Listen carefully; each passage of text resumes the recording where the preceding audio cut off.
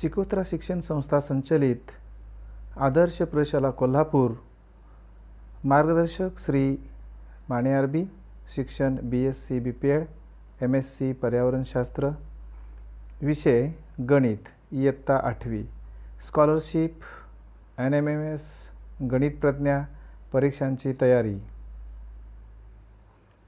घटक 1 संख्याज्ञान. उपघटक नैसर्गिक संख्या, पूर्ण संख्या, पूर्णांक संख्या, परिमेय संख्या, अपरिमेय संख्या आणि वास्तव संख्या. हे जाणून घ्या. नैसर्गिक संख्या 1 2 3 4 या समूहातील संख्यांना मोज संख्या किंवा नैसर्गिक संख्या म्हणतात. पूर्ण संख्या 0 1 2 3 4 डॉट डॉट डॉट या समूहातील संख्यांना पूर्ण संख्या म्हणतात. नैसर्गिक संख्या 1 पासून चालू होतात तर पूर्ण संख्या 0 पासून चालू होतात, हे इथं ध्यानात घ्या. पूर्णांक संख्या, पूर्णांक संख्यामध्ये धन पूर्णांक 1 2 3 डॉट डॉट, ऋण पूर्णांक -1 -2 -3 डॉट डॉट आणि 0 मिळून पूर्णांक संख्या तयार होतात.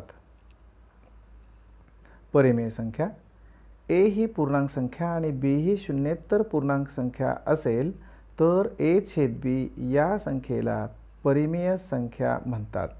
उदाहरणार्थ 2/3, 7/9, -3/5 डॉट डॉट डॉट या संख्यांना परिमेय संख्या म्हणतात.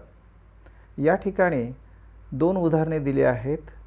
5/0 आणि -2/0 या दोन्ही उदाहरणांच्या मध्ये छेद 0 असल्या कारणाने ह्या 2 परिमेय संख्या नाहीत, हे लक्षात ठेवा. अपरिमेय संख्या ज्या संख्यांचे दशांश रूप अखंड असते परंतु आवर्ती नसते त्या संख्येला अपरिमेय संख्या म्हणतात. उदाहरणार्थ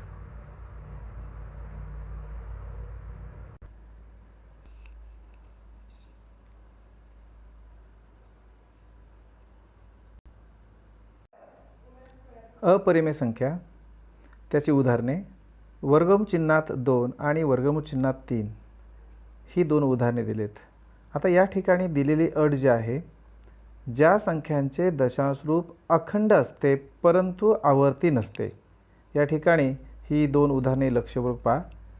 ह्या पहिल्या उदाहरणामध्ये दशांश रूप अखंड आहे परंतु आवर्ती नाही, म्हणजे 0.23 0.23 0.23 हाच अंकगट पुन्हा पुन्हा येत आहे, म्हणजे या उदाहरणामध्ये ते दशांश रूप अखंड आहे, आवर्ती आहे, म्हणून ही अपरिमेय संख्या नाही.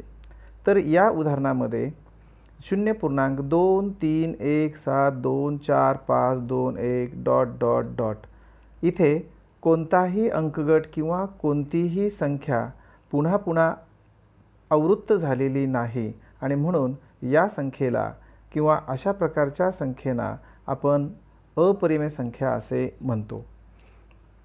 वास्तव संख्या, परिमेय संख्या आणि अपरिमेय संख्या या दोन्हींचा मिळून जो संख्या समूह तयार होतो त्याला वास्तव संख्यांचा समूह म्हणतात. या ठिकाणी 2 बाबी लक्षात ठेवायला हव्यात. प्रत्येक परिमेय संख्या ही वास्तव संख्या असते, प्रत्येक परिमेय संख्या ही वास्तव संख्या असते, प्रत्येक अपरिमेय संख्या ही वास्तव असते, प्रत्येक अपरिमेय संख्या ही वास्तव असते. म्हणजे परिमेय संख्या आणि अपरिमेय संख्या या सर्वच्या सर्व वास्तव संख्या असतात, हे लक्षात ठेवा. 1 ही सर्वात लहान नैसर्गिक संख्या आहे, तर सर्वात मोठी नैसर्गिक संख्या सांगता येत नाही. 0 ही सर्वात लहान पूर्ण संख्या आहे, तर सर्वात मोठी पूर्ण संख्या सांगता येत नाही. 0 ही धन संख्या नाही, तर 0 ही ऋण संख्या ही नाही. म्हणजे याचा अर्थ 0ला धन किंवा ऋण चिन्ह आपण देऊ शकत नाही किंवा दिले नाही तरी चालते. -1 ही सर्वात मोठी ऋण पूर्णांक संख्या आहे. -1 ही सर्वात मोठी ऋण पूर्णांक संख्या आहे. सर्वात लहान ऋण पूर्णांक संख्या सांगता येत नाही.